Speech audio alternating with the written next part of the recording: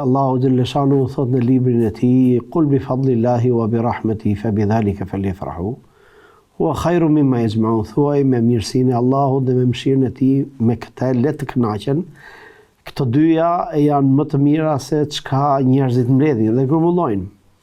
O ma bikum min ni'matin fa min Allah. Dhe çfarë mirësie keni ju, kjo është prej Allahut.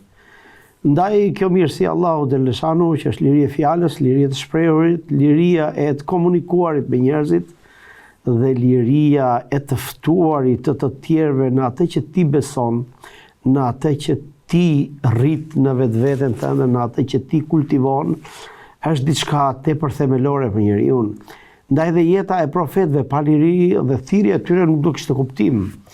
Ndaj dhe i dërguari Allahu sallallahu alaihi wasallam thot për historinë e Lutit alayhi salam, kur ai u gjend vetëm mes njerëzve dhe i abandonuar, tha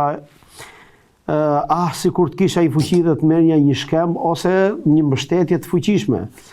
Dhe i dërguari Allahu xhaleshan, i dërguari Allahu profeti sallallahu alaihi wasallam thot, dhe pas Lutit alayhi salam nuk ka dërguar më Zoti njerëz pa fuqi, me njerëz shok ose fis ku i dërguari i asaj kohe do të krenoj.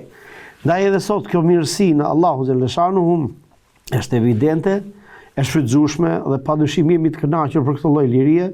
Ne lutim Allahun xhaleshanuhu ta shfrytëzojmë atë deri në fund dhe mos na ik, sepse me të vërtetë ajo që provuam ishte mjaft e hidhur.